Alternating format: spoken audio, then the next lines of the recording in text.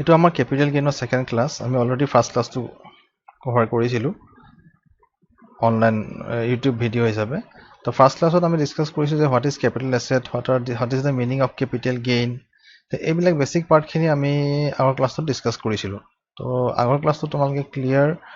যদি নাই হোৱা মোক সুধিবা কিন্তু আগৰ ক্লাসটো ক্লিয়াৰ নোহোৱাকে এই ক্লাসটো তোমালোকৰ প্ৰবলেম হ'ব therefore I request you to please go through the first class very carefully আৰু তাত যদি অলপো ক'বাত প্ৰবলেম আছে মাইনৰ যদি কিবা ডাউট আছে দেন প্লিজ কন্টাক্ট মি মোক সুধিবা তোমালোকে আৰু মই এটো ক্লিয়াৰ কৰি দিম আৰু তাৰ পিছতে তোমালোকে টাইপছ এণ্ড কম্পিটিশন লৈ গলে বেছি ভাল হ'ব কাৰণ প্ৰেক্টিকেল কৰিবৰ কাৰণে কনসেপ্ট বিলাক ক্লিয়াৰ নাথাকিলে সৰু সৰু কথাত কিছুমান এক্সামত প্ৰবলেম হ'ব পাৰে therefore মানে ফাৰ্স্ট ক্লাসটো মই ভালকৈ চাবলৈ মই ৰিকুৱেষ্ট কৰিছো আৰু আজি ক্লাসটো মই স্টাৰ্ট কৰিছো that is types and competition of capital gain what are the different types of capital gain and how to compute the capital gain এই বস্তুখিনি আমি আজি মানে বেসিক পাৰ্টটো আমি আজি ডিসকাস কৰিম তো ফার্স্ট বস্তুটো ইয়াত কৈছে কি what are the types of capital gain তো there are basically two types of capital gain income taxৰ মতে দুটা টাইপৰ capital gain হ'ব পাৰে one is this is short term and another is long term তো দুটা টাইপৰ capital gain হ'ব বুলি কৈছে এটা short term হ'ব পাৰে বুলি কৈছে এটা long term হ'ব পাৰে বুলি কৈছে তো short term কেতিয়া হ'ব the gain from transfer of short term capital asset যদি short term capital asset এটা ট্ৰান্সফাৰ কৰে তেতিয়া হলে হেতুৰ পৰা যেটো gain হ'ব that will be considered as short term capital gain মানে বেলেগ একো নাই capital asset টো যদি short termৰ হয় তেতিয়া হলে তাৰ পৰা যেটো gain হ'ব that gain is short term capital gain আৰু যদি capital asset টো long term nature হয় then any gain arising from transfer of that long-term capital asset will be considered as long-term capital gain. তো দুটা টাইপৰ capital gain এটা short term এটা আমাৰ কাৰণে long term. Short term asset transfer কৰিলে short term gain হ'ব আৰু long term asset transfer কৰিলে long term gain হ'ব. কিন্তু এটা কথা হ'ল কি short term asset কোনবিলাক হয় long term asset কি কোনবিলাক হয় হেতু আমি জানিব লাগিব। তেতিয়া আমি গম পাম যে কোনটো টাইপৰ gain আমাৰ ওলাব কাৰণ দুটাৰ ক্যালকুলেশনৰ নিয়মবিলাক অলপ ৰেগুলেশনবিলাক অলপ বেলেগ আছে।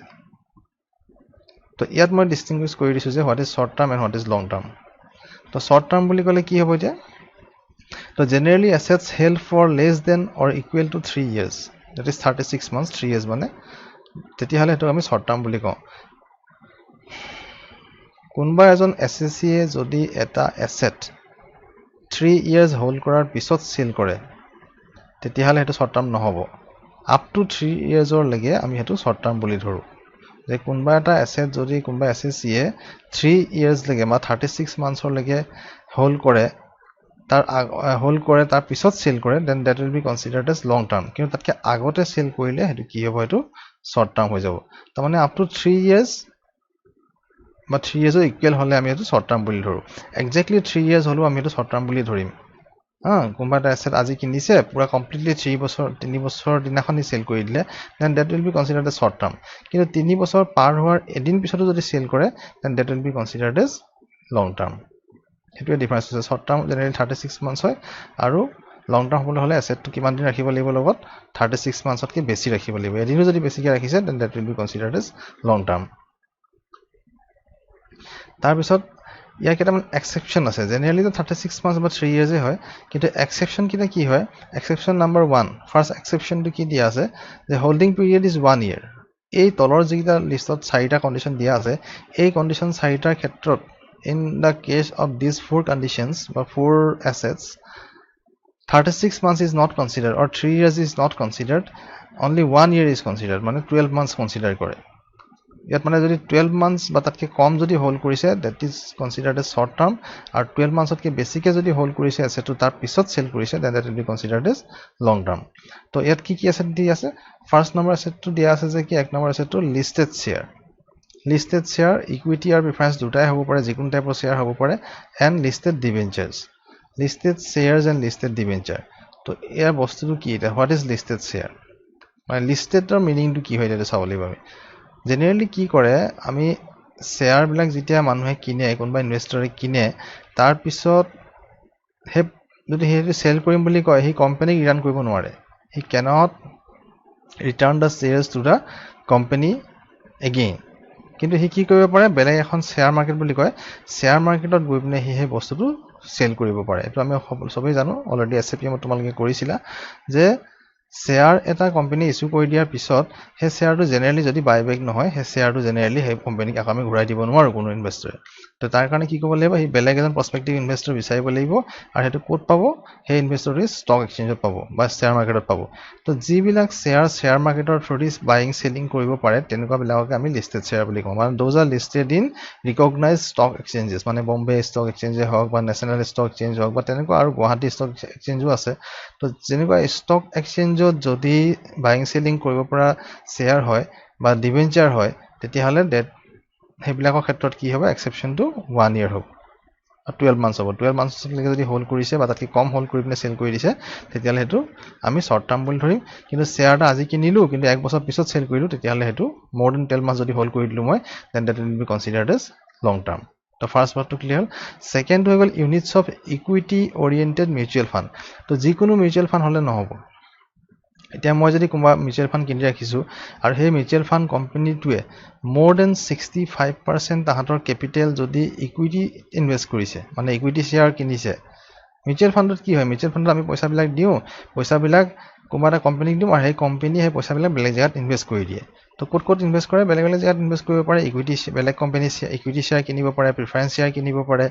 বা ডিবেঞ্চাৰ বন্ডো কিনিব পাৰে নহলে ৰিয়েল এষ্টেটত লগাব পাৰে গোল্ডত লগাব পাৰে যিবিলাকত প্ৰফিট বেছি হয় তেনেকুৱা জায়গাবিলাকত সেই কোম্পানীয়ে পইচাটো ইনভেস্ট কৰি দিয়ে আৰু তাৰ পৰা যিটো ৰিটাৰ্ণ হয় সেইটো আমাক ঘূৰাই দিয়ে দ্যাট ইজ মিউচুৱেল ফান্ড কিন্তু সব টাইপৰ মিউচুৱেল ফান্ড হলে ইয়াত নহব বুলি কৈছে যে যিবিলাক মিউচুৱেল ফান্ডে নিজৰ কেপিটেলৰ 65% বা তাতকে বেছি ইকুইটি শ্বেয়াৰ কিনে তেনেকুৱা মিউচুৱেল ফান্ডৰ যদি কিবা ইউনিট মোৰ ওচৰত আছে আৰু সেই মিউচুৱেল ফান্ডৰ ইউনিটটো যদি মই কিবা সেল কৰি দিও বা তাৰ পৰা যদি কিবা প্ৰফিট আহিছে মানে তেতিয়ালে হেতু কি হ'ব 1 ইয়াৰৰ কাৰণে আমি কনসিডাৰ কৰিব লাগিব মানে 1 ইয়াৰ লৈকে ভিতৰত যদি হয় তেতিয়াহলে আমি শৰ্ট টাৰ্ম বুলি ধৰিম আৰু 1 ইয়াৰতকে যদি বেছিকে মই হোল্ড কৰি পিনে সেল কৰিছো তেতিয়াহলে হেতু লং টাৰ্ম বুলি ধৰিম সো এটা প্ৰথম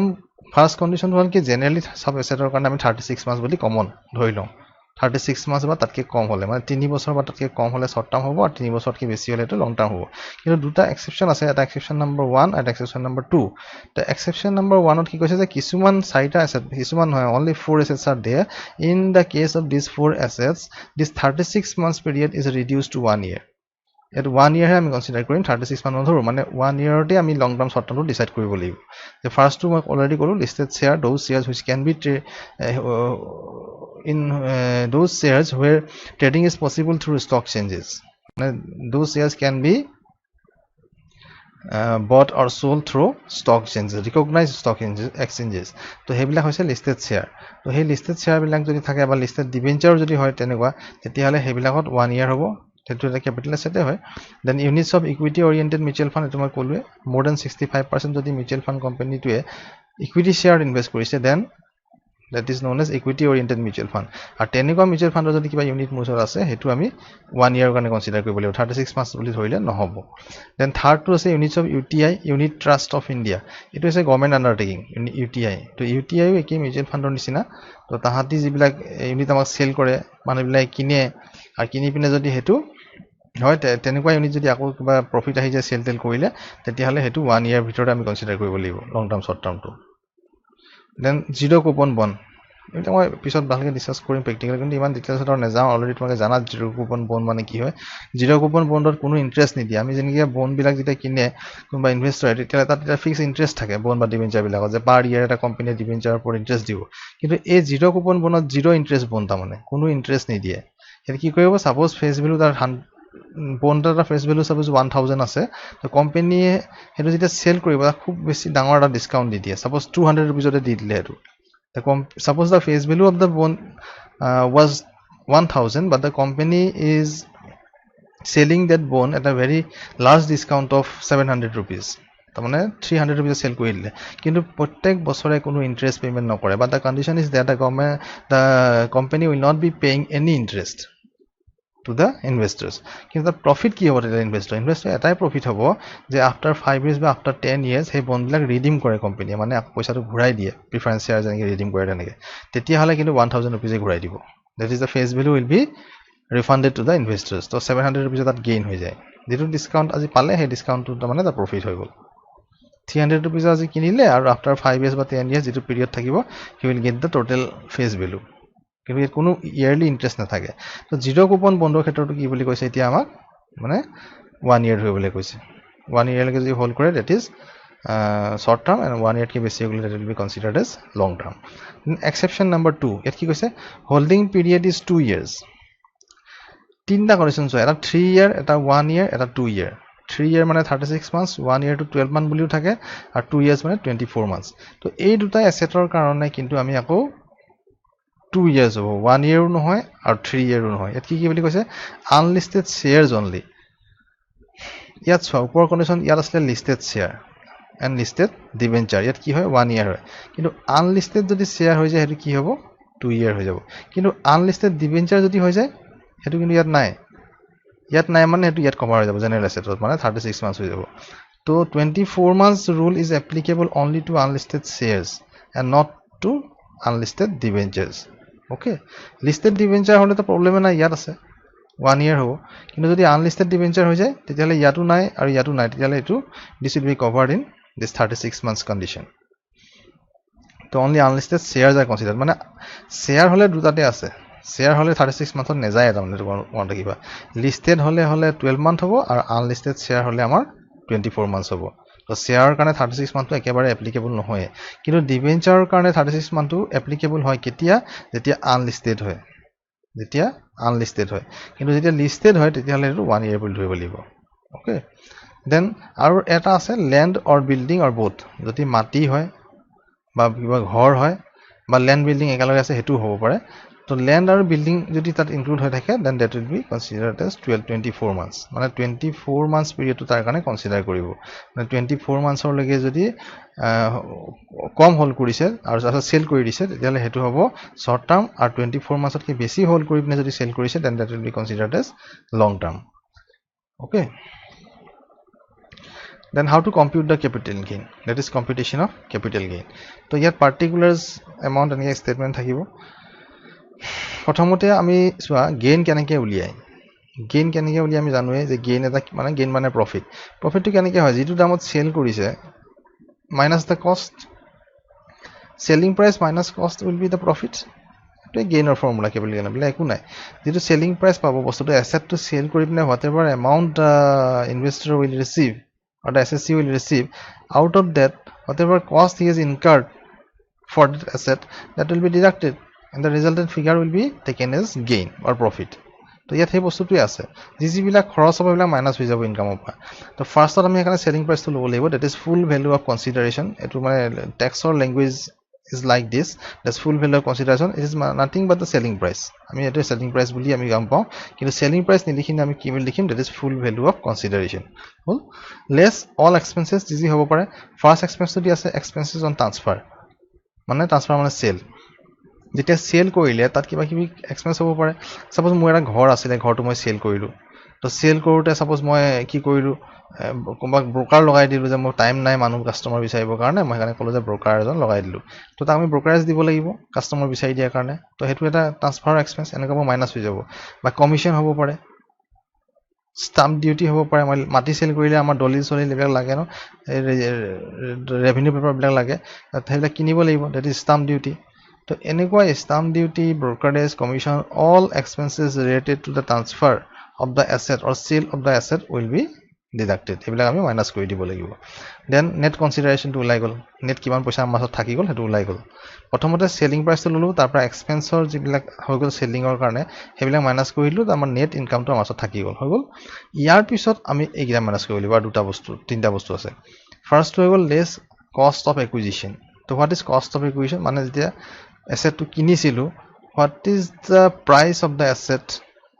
which I paid at the time of acquiring the asset jetia moi asset to kinisilu ba SSC jone asset to kinisile tete kiman damot kinisile what is the cost incurred hetu hoise cost of acquisition okay etu minus kori dibo libo oblique dia ase red mark kore to saba index cost of acquisition only for non depreciable assets it is moi duta part likhisu yat cost of acquisition index cost of acquisition a red jitu highlight kora ase a part to long term capital asset or kane apply hobo আৰু এই ওপৰৰ যিখিনি general blue কালাৰত আছে এইখিনি আমাৰ short term capital asset যদি short term capital gain calculate কৰিব লাগে তেতিয়াহ'লে আমি এই ব্লু কালাৰখিনি কনসিডাৰ কৰিলে হ'ল আৰু লং টাৰ্ম কেপিটেল গেইন বুলি ক'লে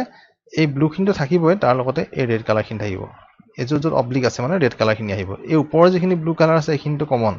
এইখিনি সবতে থাকিব কিন্তু য'ত দুটা অপচন আছে ইয়াত আমি আকৌ ৰেডখিনি ল'ম যদি লং টাৰ্ম কেপিটেল গেইন হয় okay then less cost of improvement cost of improvement মানে ধৰ মই বিল্ডিং এটা আছিলে বিল্ডিংটো মই কিনিছিলোঁ আজি বা 10 বছৰ আগতে তাৰ পিছত মই কিবা ইম্প্ৰুভমেণ্ট বনালোঁ তাত কিবা ইম্প্ৰুভমেণ্ট কৰিলোঁ ঘৰটো বেয়া হৈ গৈছিলে মই নতুনকৈ ফ্ল'ৰ এটা বনালোঁ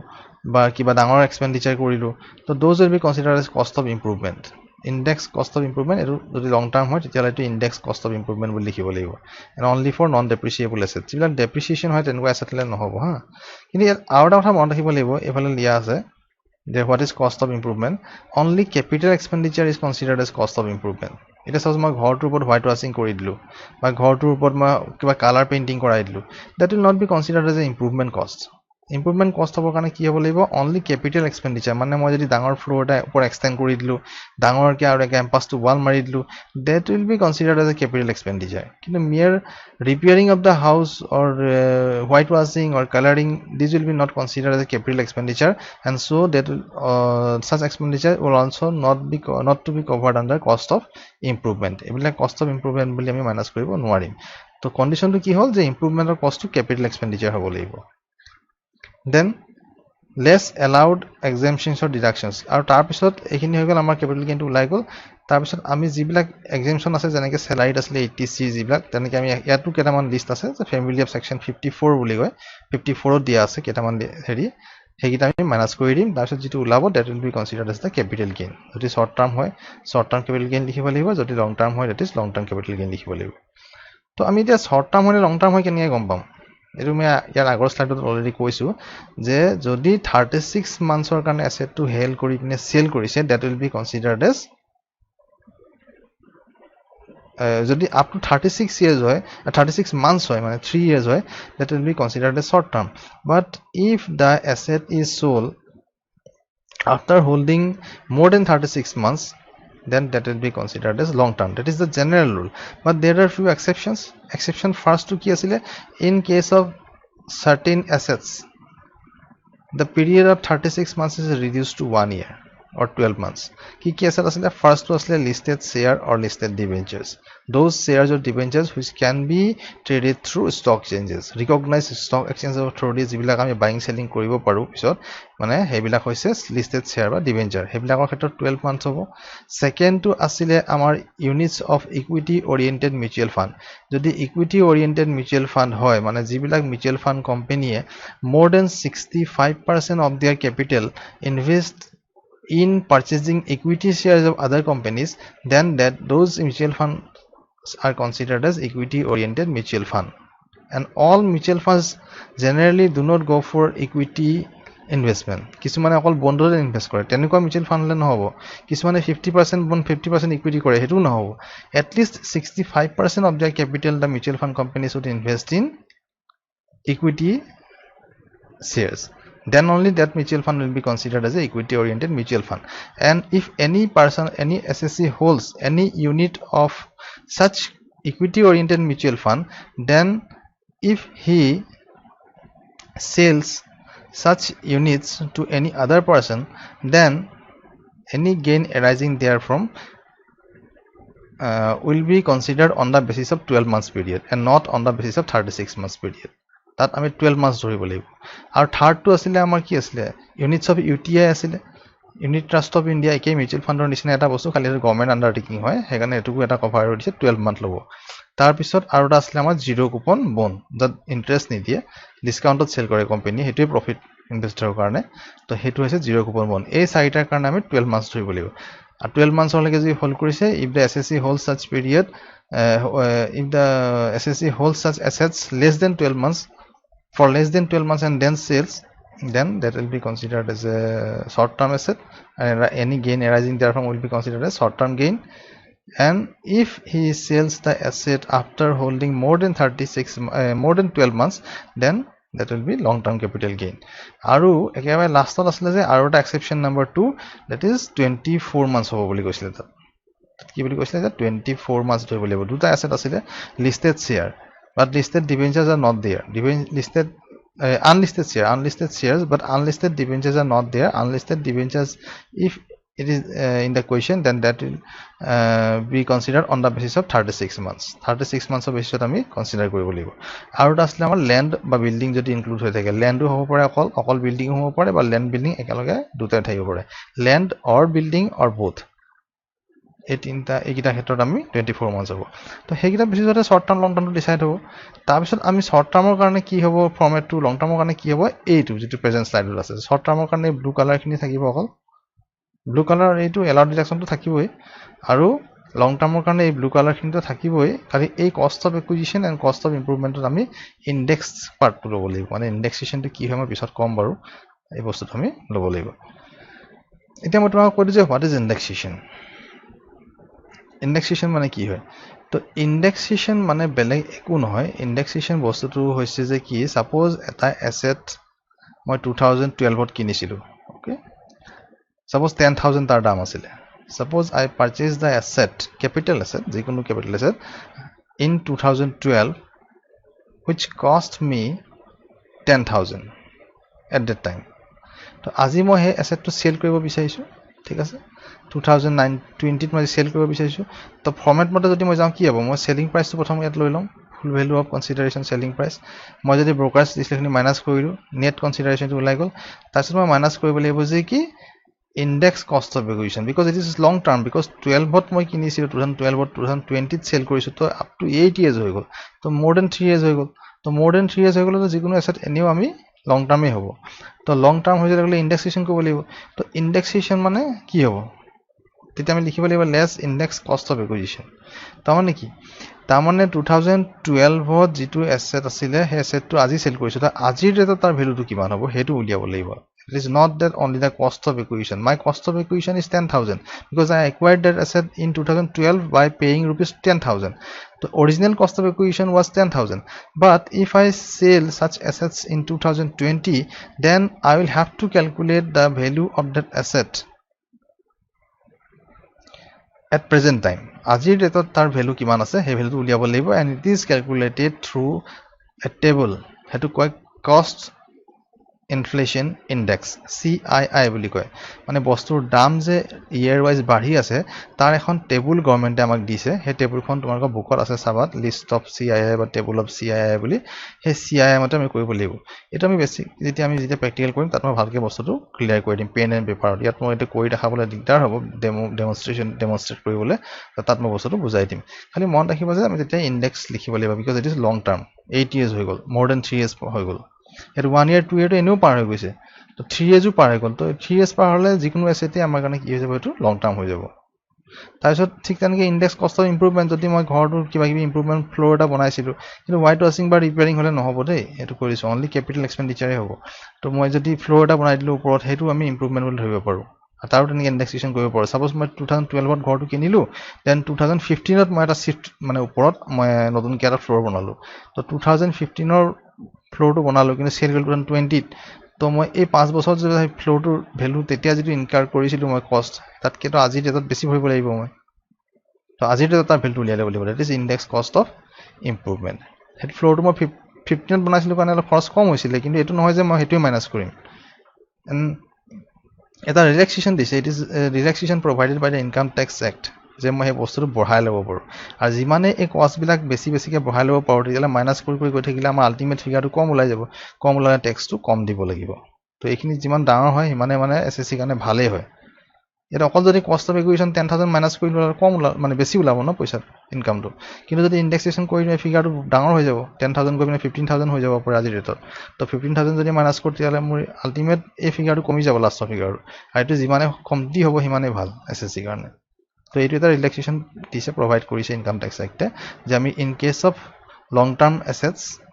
ইনডেক্সেশন ফেসিলিটি ইজ अवेलेबल এইটো বস্তুৰ পিছত কৰিম বা বস্তুটো কি হয় ইনডেক্সেশন ওকে তবা কেইটামান ইম্পৰ্টেন্ট পইণ্ট আছে বেসিক্যালি এটা বেলেগ একো বেছি হেৰি নহয় কিন্তু এটা মনত ৰাখি থব যে ফাৰ্স্ট কি বুলি কৈছে হোল্ডিং পিৰিয়ড মই যে ক'লো যেটো হোল্ডিং পিৰিয়ড মানে কি হয়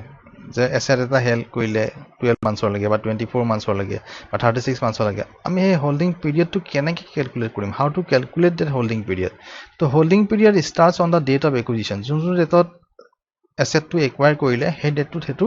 ষ্টাৰ্ট হ'ব and it will end on just 1 day before the date of sale তো ছাপ'জ মই এছেট এটা আজি চেল কৰিছোঁ ন আজি যদি চেল কৰোঁ তেতিয়াহ'লে আজিৰ দিনটো তাত কেলকুলেট নহ'ব ইনক্লুড নহ'ব যোৱাকালিলৈকে হ'ব য়েষ্টাৰডে আপ টু য়েষ্টাৰডে মানে just 1 day before the date of sale য়েষ্টাৰডেলৈকে আমি সেই বস্তুটো ইনক্লুড কৰিম আৰু both the dates will be inclusive মানে আমি ফাৰ্ষ্টৰ ডেটটো ল'ব লাগিব এৰি দিব নালাগিব আৰু যোৱাকালিলৈকে আমি যিটো হ'ব যোৱাকালি ডেটটো আমি তাত ইনক্লুড কৰিব লাগিব তো তাৰলৈকে পিৰিয়ডটো চাম যে 12 মান্থছ 24 মান্থছ 36 মান্থছ যোনটো হয় আৰু যোনটো কেটেগৰীত পৰে তেনেকৈ কনচিডাৰ কৰিব লাগিব that is holding period starts on the date of acquisition and ends on 1 day before the sale date to include নকৰিবা sale date জাস্ট আগৰ দিনাখনলৈকে আমি ক্যালকুলেশন কৰিব লাগিব okay then cost of acquisition for assets acquired before 1/4/2001 কিন্তু 1/4/2001 ৰ আগৰ যদি কিবা এসেট আছে মই কিনিছিলো আৰু হেতু মই আজি সেল কৰিছো তেতিয়াহলে তাৰ কষ্ট অফ একুইজিশনটো কিমান হ'ব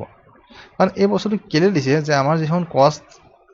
ইনফ্লেশন ইনডেক্সৰ টেবুল আছে তাত স্টাৰ্টে হৈছে 1/4/2001 ৰ পৰা গভৰ্ণমেণ্টে তাৰ আগৰখিনি টেবুল এটা ইউজ কৰিব নিদিয়ে 2001 ৰ পৰা স্টাৰ্ট হৈছে তো সেইকাৰণে কৈছে যদি কিবা আছে যদি 1/4/2001 ৰ আগতে কিনিছিলে তাৰ কষ্টটো কি হ'ব তো তাৰ কষ্টটো কি হ'ব বুলি কৈছে যে it will be the purchase price যেটো মই কিনিতে দাম দিছিলো হেতু or the market value fair market value on 1/4/2001 whichever is higher তো মই যেটো অৰিজিনাল কষ্ট মই পে কৰিছিলো হেতু ল'ব লাগিব তাৰ লগত কম্পেয়াৰ কৰিব লাগিব ফেয়াৰ মাৰ্কেট ভ্যালু কোনটো ৰেটত 1 এপ্ৰিল 2001 ৰ সেই 1 এপ্ৰিল 2001 ত হে এছেটৰ ভ্যালু কিমান আছিল হেতু ক্যালকুলেট চাব লাগিব ক্যালকুলেশন কৰি আৰু তাৰ লগত অৰিজিনাল কষ্টটো কম্পেয়াৰ কৰি whichever will be higher that will be taken as the cost of acquisition আমি cost of acquisition বুলি আমি কনসিডাৰ কৰিম যদি 2001 ৰ 1 এপ্ৰিল 2001 ৰ আগতে একুৱায়াৰ কৰা এছেট হয় তেতিয়া এই ৰুলটো এপ্লাই হ'ব আৰু 1 এপ্ৰিল 2001 ৰ পিছত যদি হয় তেতিয়াহলে তো প্ৰবলেম নাই যেটো অৰিজিনাল একুৱায়াৰ কৰিছে হেতুৱে ল'ব লাগিব ইনডেক্সেশন কৰিবলগীয়া হলে কৰিম নকৰিলে নাই কিন্তু এপ্ৰিল 2001 ৰ আগৰ যদি হয় তেতিয়াহলে আমি কিন্তু দুটাৰ লগত কম্পেয়াৰ কৰিব লাগিব এটা পাৰচেজ প্ৰাইসটো ল'ব লাগিব আৰু মাৰ্কেট ভ্যালুটো 1 এপ্ৰিল 2001 ত কিমান আছিল হেতু উলিয়াই চাই পিনে আমি কম্পেয়াৰ কৰি which will be the higher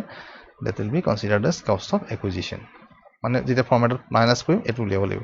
then কষ্ট অফ ইমপ্ৰুভমেন্ট যদি তেনেকুৱা থাকে 1/4/2001 আগৰ that will be ignored কাৰণ 2001 ৰ আগত যদি কিবা ইমপ্ৰুভমেন্ট হৈছিল আজি 2020 হৈ গল তো তেতিয়া হলে তো আজি ইমান 10-20 বছৰ আগৰ ইমপ্ৰুভমেন্ট পৰা আজি কিবা হেতু কিবা মানে নধৰে আৰু হেতু আৰু মানে তাৰ এক্সপায়াৰ হৈ গল নিচিনা হয় হেতু improvement therefore cost of improvement before 1/4/2001 is ignored হেতু আমি লব নলাই কিন্তু cost of acquisition before 1/4/2001 is taken because হেতু তো সদায় থাকিব ন হে বস্তুটো অৰিজিনাল কষ্টটো আমি এৰি দিব নোৱাৰো তো কিন্তু তাত আমি এটাই কন্ডিশন আছে কি কষ্ট প্ৰাইসটো লগত আমি মাৰ্কেট ভ্যালুটো এইটো ৰেটত কনসিডাৰ কৰি তাৰপিছত হায়াৰটো ল'ব লাগিব ইমপ্ৰুভমেন্ট হলে ইগনোৰ কৰিব লাগিব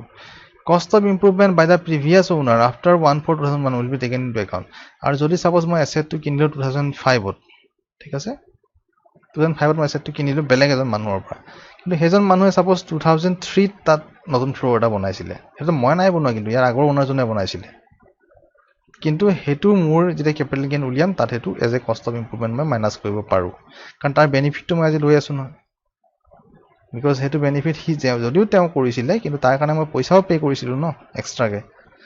হয় নহয় তাত মোৰ এক্সপেন্স হৈছে প্লাস হেতু বেনিফিট মই আজিও পাই আছো এটা ফ্লোৰ যে এক্সট্ৰাকে বনাই দিছিলে আগৰ মানুহজনে কিন্তু ইট শুড বি আফটাৰ 1/4/2001 কাৰণ 1/4/2001 ৰ আগৰ কিবা ইমপ্ৰুভমেন্টটো ইগনোৰ কৰিব লাগিব আগৰ কন্ডিশনটো যদি Diaz any cost of improvement before 1/4/2001 will be ignored তো এটো মই মাইনাস কৰিব নোৱাৰিম যদি 1/4/2001 ৰ আগৰ হয় ফৰম্যাটটো যে আছিল তাত then advance taken by the previous owner from any other person is ignored এটা আৰু এটা সোৱা কিতিয়াবা এনেকুৱা হ'ব পাৰে যে মই এজন মানুহৰ পৰা এছেটটো কিনিলো কিন্তু হে এছেটটো সাপোজ মুক সেল কৰাৰ আগতে হে মানুহজনে আৰু বেলেগ এজন মানুহৰ লগত কথা পাতি কিনে সেল কৰিম বুলি এডভান্স লৈ লৈছিলে কিন্তু হে মানুহজনৰ সেল নকৰি পিনে পিছত মুক কৰি দিলে কিবা কাৰণে কেনসেল হৈ গল আৰু হে এমাউন্টটো মানে এই মানুহজনে খাই দিলে আৰু প্ৰফিট কৰি দিলে বুলি ক'লে তেতিয়া কিন্তু হেতুটো পইচা মই বেনিফিট মই একো নাপালো আগৰ মানুহজনে লৈ মেলি খাই মেলি কি কৰিলে therefore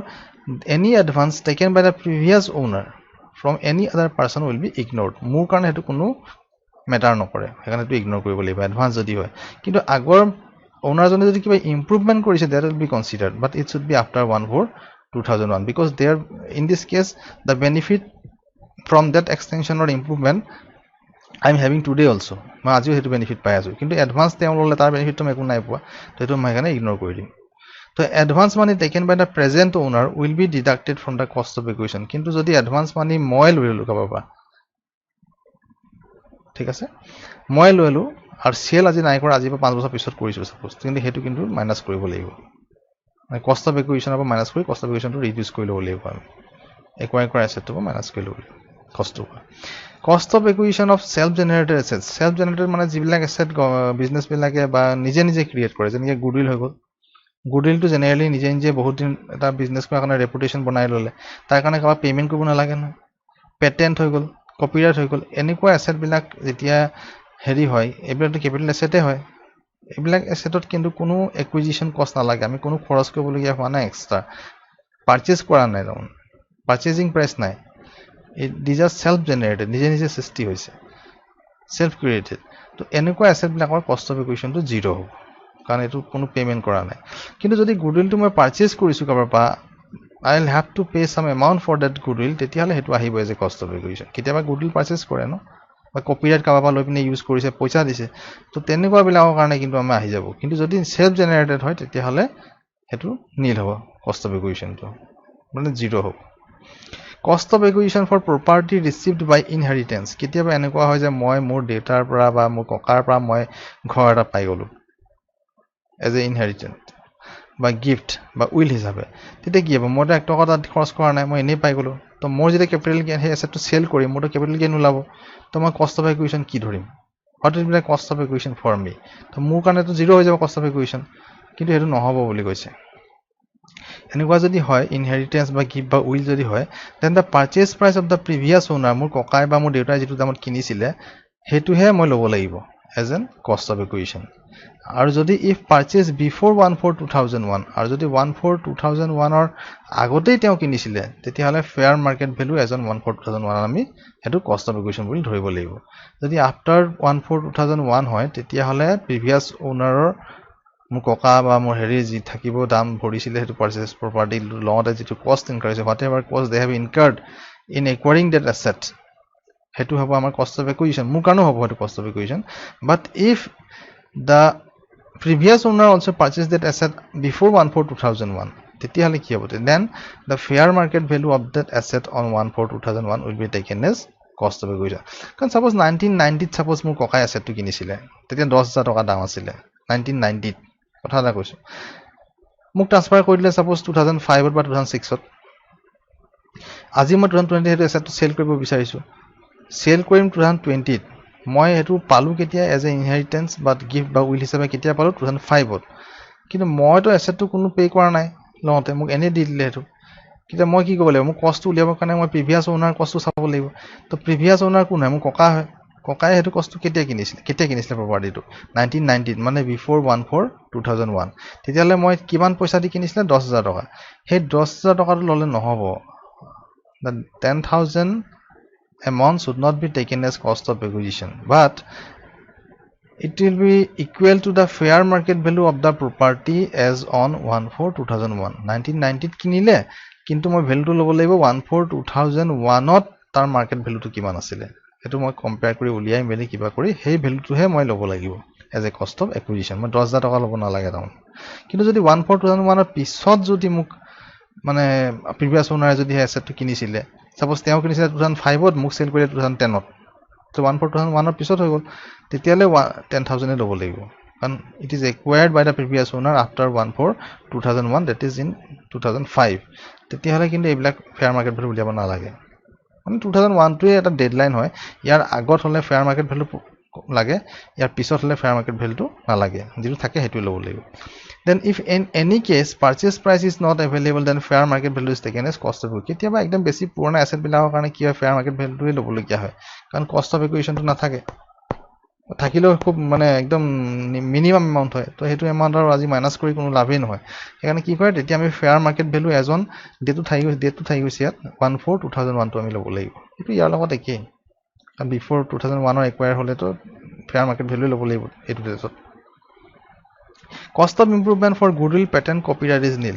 আৰু মই যেনেকৈ ক'লোঁ যে চেল্ফ জেনেৰেটেড আছে এইকেইটা গুডউইল পেটেণ্ট কপিৰাইট এইবিলাকৰ কষ্ট অফ ইকুৱেশ্যনটো 0 হৈয়ে কষ্ট অফ ইম্প্ৰুভমেণ্টটো 0 হয় প্লাছ মই কৈছিলোঁ যে গুডউইল পেটেণ্টবিলাক কেতিয়াবা পাৰ্চেছ কৰিবলগীয়া হয় পাৰ্চেছ কৰিলে তাৰ ভেলুটো আমি ল'ব লাগিব কষ্ট অফ যেতিয়া 0 নহ'ব কষ্ট অফ একুইজিশ্যন কিন্তু cost of improvement will always be nil purchase হওক যি হওক কষ্ট অফ ইম্প্ৰুভমেণ্টটো সদায় এইকেইটাৰ কাৰণে 0 হ'ব কাৰণ গুডউইলৰ এইটো ইম্প্ৰুভমেণ্ট নহয় পেটেণ্টৰ ইম্প্ৰুভমেণ্ট নহয় এইটো অলৰেডি এবাৰ বনি গ'ল then no' indexation for depreciable asset bonds and debentures long term হওক বা শ্বৰ্ট টাৰ্ম হওক এটা কথা মনত ৰাখিবা ডেপ্ৰিচিয়েবল এছেটবিলাকৰ ক্ষেত্ৰত বন্ডছৰ ক্ষেত্ৰত আৰু ডিবেঞ্চাৰৰ ক্ষেত্ৰত কোনো ইণ্ডেক্সেশ্যন নাপায় মানে আল্টিমেটলি এইটা শ্বৰ্ট টাৰ্ম কেপিটেল গেইনে ওলাই ইয়াত ডেপ্ৰিচিয়েবল এছেট হ'লে আমি ইণ্ডেক্সেশ্যন কৰিব নোৱাৰোঁ বন্ড ডিবেঞ্চাৰ হ'লে আমি ইণ্ডেক্সেশ্যন কৰিব নোৱাৰোঁ তো এইকেইটা কেইটামান ইম্পৰ্টেণ্ট পইণ্ট আছে এইকেইটা ভালকৈ চাই ল'বা আৰু ইয়াৰ পিছৰ ক্লাছত মই আৰু অলপ কি এক্সামশ্যন আছে সেইখিনি যদি আৰু এদিন ডিছকাছ কৰি তাৰপিছত আমি প্ৰেক্টিকেল সলভ কৰিব পাৰিম but before that you must be clear about all the provisions যিখিনি মই লিখিছোঁ ভেৰি মানে চামাৰি কৰি পিনে একেবাৰে চামাৰি কৰি মই যিকেইটা মেইন ৰুল এক্সামৰ পইণ্ট অফ ভিউ পৰা ইম্পৰ্টেণ্ট সেইকেইটাই মই ইয়াত লিখিছোঁ আৰু বহুত কিবা কিবি ৰুল আছে and when will be going for practicals then new cases will arise and will discuss at that point of time only about those new points সেইবিলাক যেতিয়া নতুন পইণ্ট ওলাব আমি তেতিয়া ডিছকাছ কৰিম কিন্তু মোৰ or less these are the most common and most important points for solving the practical problems কিন্তু এইখিনি আমি ভালকৈ গম পাই ল'লে প্ৰেক্টিকেল প্ৰব্লেম মোটামুটি আমি কৰিব পৰা হৈ যাম এক্সামত হ'ব সেইকাৰণে তোমালোকে এই পইণ্টকেইটা ভালকৈ চাই ল'বা আৰু মোক ফিডবেকটো দিবা কিবা যদি প্ৰব্লেম হৈছে আৰু যদি ক'ৰবাত দিগদাৰ হৈছে কোনোবা এটামান পইণ্টতো যদি প্ৰব্লেম হৈছে মোক সুধিবা লাগিলে ফোন কৰি হ'লেও সুধিবা মই তেতিয়া ক্লিয়াৰ কৰি দিম অ'কে বেছি দীঘলীয়া নকৰোঁ থেংক ইউ